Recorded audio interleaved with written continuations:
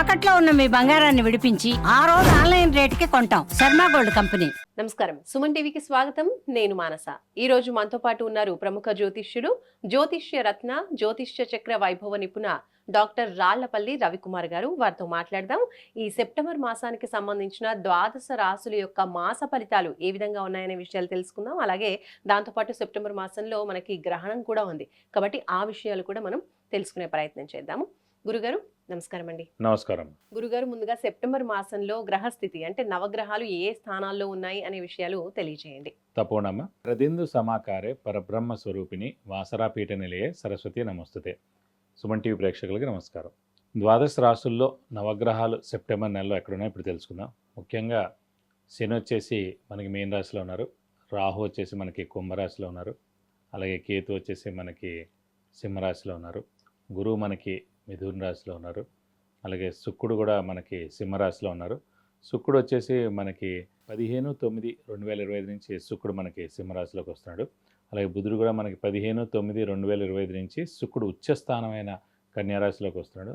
అలాగే తులారాశిలో మటుకు కుజుడు ఈ నెలల్లో ఉంటాడండి. ఇది కాకుండా గ్రహణం కూడా ఉంది మనకి ఈ మాసంలో. సంపూర్ణ చంద్రగ్రహణం 7/9/2025 ఆదివారం రోజున సంపూర్ణ చంద్రగ్రహణం ఉంది. ఇది కూడా రాత్రి 9:58 నుంచి నెక్స్ట్ రోజు 8/9/2025 తెల్లారగట్ల 1:26 వరకు సంపూర్ణ చంద్రగ్రహణం ఉంది. ముఖ్యంగా ఈ సంపూర్ణ చంద్రగ్రహణం ఏ రాశుల మీద ఎఫెక్ట్ ఉండదండి. ఓన్లీ కుంభరాశి, కొంచెం మీన రాశి మీద ఎఫెక్ట్ ఉంటుంది.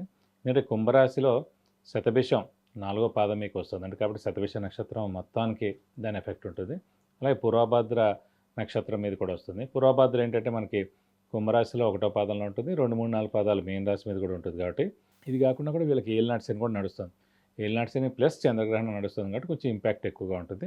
ముఖ్యంగా కుంభరాశికి కొంచెం తక్కువగా ఉండొచ్చు, ఎందుకంటే కుంభరాశి అధిపతే శని కాబట్టి ఏలినాటి శని నడుస్తున్నా కూడా శని అంత దారుణంగా అయితే ఉండడు. కానీ గ్రహణ ఎఫెక్ట్ కూడా ఖచ్చితంగా ఉంటుందని, సో జాగ్రత్తగా ఉండడం ఉత్తమం. సో శతభిష నక్షత్రంకి పూర్వభాద్ర నక్షత్రం మీదే చంద్రగ్రహణం వస్తుంది కాబట్టి ఈ 2 నక్షత్రాల వాళ్ళు కొంచెం జాగ్రత్తగా ఉండాలి. అలాగే కుంభరాశి మీన రాశి వాళ్ళు కూడా కొంచెం జాగ్రత్త వహించి చిన్న చిన్న శాంతులు చేయించుకుంటే సరిపోతుంది. ఇది నవగ్రహాలు ద్వాదశ రాశిలో ఈ స్థానాల్లో సెప్టెంబర్ మాసంలో ఉన్నాయి. ఇప్పుడు మీనరాశి వాళ్ళకి సెప్టెంబర్ మాసం ఎలా ఉంటుందనే విషయాలు తెలుసుకుందాం. గురుగారు, మీనరాశి యొక్క మాస ఫలితాలు ఎలా ఉన్నాయి తెలియజేయండి. సెప్టెంబర్ మాసంలో వాళ్ళకి పరిస్థితులు ఎలాంటి అనుకూల పరిస్థితులు ఉన్నాయి, ఎలాంటి ప్రతికూల పరిస్థితులు ఉన్నాయో తెలియజేయండి. తప్పకుండా. మీన రాశి అనగానే మనకి పూర్వభాద్ర 4వ పాదం, ఉత్తరాభాద్ర 1, 2, 3, 4 పాదాలు, రేవతి 1, 2, 3, 4 పాదాలు. ఈ నక్షత్రాల సమూహం అంతా మనకి మీన రాశిలోకి వస్తుంది. ప్రస్తుతం వాళ్ళకి గురువు చతుర్థ స్థానంలో ఉన్నారు. ఏలినాటి శని మటుకు 2వ ఫేజ్ నడుస్తుంది. రాహుకేతులు మటుకు వ్యయ స్థానంలో 6వ స్థానంలో చాలా బాగున్నారండి. వీరికి ఈ మాసం అంతా కూడా మిశ్రమంగా ఉందని చెప్పుకోవాలి.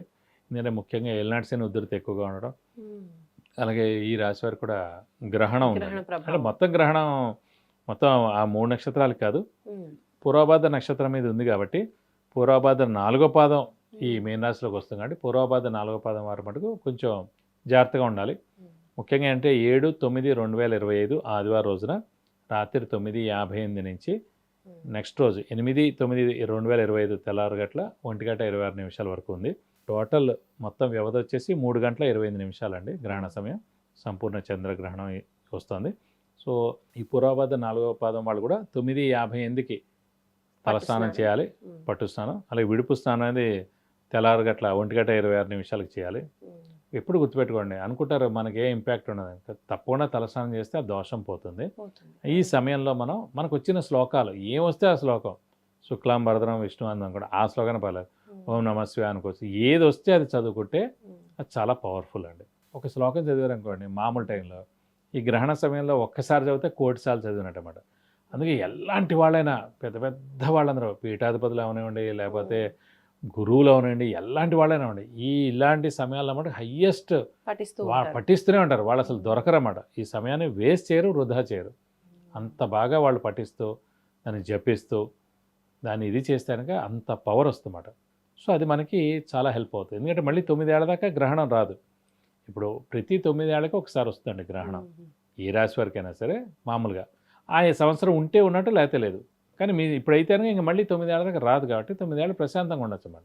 ఇప్పుడు ఖచ్చితంగా ఇది అయిపోయిన తర్వాత పొద్దునే మళ్ళీ తలస్నానం చేసి గుడికి వెళ్ళి ఏ గుడైనా పర్వాలేదు, ఆ దేవుడి చుట్టూ 41 ప్రదక్షిణాలు చేసి వీలైతే ఆ బ్రాహ్మణుడికి అక్కడ చంద్రబింబం వెండిది దానం ఇవ్వడం, ఒక 100 రూపాయలు క్యాష్ ఇవ్వడం, చంద్రుడు బియ్యం మెయిన్గా దానం ఇస్తామంట చంద్రుడు కాబట్టి బియ్యం కేజీంపో దానం ఇవ్వడం, అలాగే వైట్ పంచె కానీ వైట్ లుంగి కానీ ఆ బ్రాహ్మణుడికి ఇస్తే కనుక దానం చేస్తే కనుక దోషం మొత్తం తొలగిపోయి మీకు అన్ని విధాలా బాగుంటుందండి.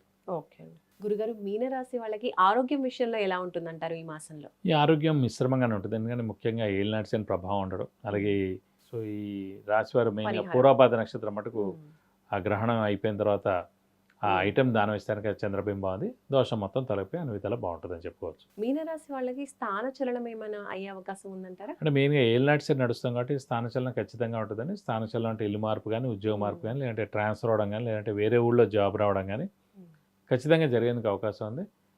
మనం మారితే కూడా చాలా బాగుంటుంది, అంటే మారుతున్నామన్న బాధ పడకుండా చక్కగా బాధపడకుండా మార్పుని తప్పకుండా. హ్యాపీగా యాక్సెప్ట్ చేయొచ్చు. గ్రహాల సంచారంతో పాటు మనం కూడా సంచరించాలి. మీనరాశి వాళ్ళు గ్రహణం ఎక్కువగా ఉంది కాబట్టి ఆ పరిహారాలు తెలియజేశారు. యా. అండ్ దాంతో పాటు ఇంకా ఈ మాసంలో ఎలాంటి పరిహారాలు పాటించాలో కూడా తెలియజేయండి. తప్పకుండా. ఇప్పుడు మెయిన్గా ఏలినాటి శని ఉధృతి ఎక్కువగా ఉంది కాబట్టి సేమ్ వీళ్ళకి కూడా ప్రతి శనివారం ఉపవాసం ఉండడం, వీళ్ళతో ఒక శనివారం రోజు రక్తదానం చేయడం, వెంకటేశ్వర స్వామి, ఆంజనేయ స్వామి, అలాగే శివుని కూడా ఎక్కువగా ఆరాధిస్తే చాలా మంచిది. వీళ్ళైతే ప్రతిరోజు ఆంజనేయ స్వామి, వెంకటేశ్వర స్వామి, శివుడు యొక్క అష్టోత్తరం చదువుకుంటే చాలా మంచిది. వాళ్ళ యొక్క మెయిన్ రోజులైన ఇప్పుడు వెంకటేశ్వర స్వామి అంటే బుధుడు అంటే బుధవారం, శనివారం, అలాగే మనకి ఆంజనేయ స్వామి అయితే కనుక మంగళవారం, శనివారం, శివుడు అయితేనే సోమవారం ఆ గుళ్ళకి వెళ్ళి 41 ప్రదక్షిణాలు చేయడం, వీళ్ళైతే అదే రోజుల్లో అభిషేకం కానీ అర్చన కానీ చేస్తే కనుక మీకు అన్ని విధాలా మంచి చేకూరుతుంది. విద్య, ఉద్యోగం, వ్యాపారం, వివాహం, సంతానం, ఆరోగ్యం, అలాగే విదేశీయానం, గృహయోగం, వాహన యోగం, ఇలా ఏ విషయంలోనైనా మీరు గురువుగారి నుంచి సలహాలు తీసుకోవాలి అనుకుంటే స్క్రీన్ పైన కనిపించే నెంబర్స్కి కాల్ చేసి పర్సనల్ అపాయింట్మెంట్ తీసుకోవచ్చు. ధన్యవాదాలు గురుగారు, నమస్కారం. నమస్కారం. చూసారు కదండి, ఇది మీనరాశికి సంబంధించిన సెప్టెంబర్ మాస ఫలితాలు. అలాగే గ్రహణం కూడా ఉంది కాబట్టి వీళ్ళు గ్రహణం సమయంలో కూడా పాటించవలసిన పరిహారాల గురించి గురుగారు తెలియజేశారు కాబట్టి తప్పకుండా ఇవన్నీ కూడా పాటించండి. చూస్తూనే ఉండండి సుమన్ టీవీ. నమస్కారం.